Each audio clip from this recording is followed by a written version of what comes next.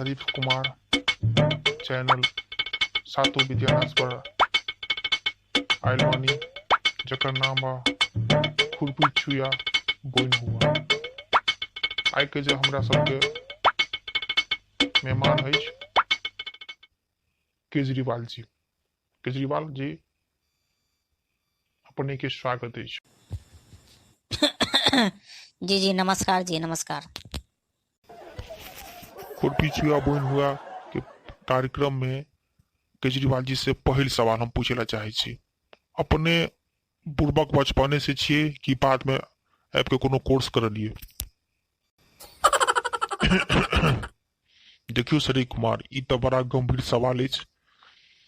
हमर जन्म तो बचपने में भ गेल छले आ हमरा ई पता नहीं अछि कि हम कोर्स करने छी कि हमरा बचपने से छिए। चलो दोसर कोनो सवाल पूछू। केजरीवाल जी, हम एकटा बड़का सवाल पूछेला चाहे छी अहाँ से। अहाँ कहे छी बिहारी से 500 रुपया के टिकट कटा के हमारा राज्य में आबैया और 2 लाख के 1 लाख इलाज करबैया। अहाँ के इससे पहले खुद सोचबाक चाही जे अहाँ अपने जे खोखी से के बीमारी से अति पीड़ित छलिए आ अहाँ दोसर राज्य में जाके 2000 के टिकट या 3000 के 10,000 के जे अहाँ प्लेन से जैसे गेल हबे ओकर टिकट कटेलिए, तो अहाँ ओहिठाम जाके इलाज करेलिए तो अहाँ के इलाज नहीं भेल। अहाँ निर्लज वाला काज करलिए कि नहीं करलिए से पे नहीं बताओ। ई जनता के सब बुझेला चाहे छे, ई आम आदमी बुझेला चाहे छे कि अहाँ कते पैघ बुड़बक छिए।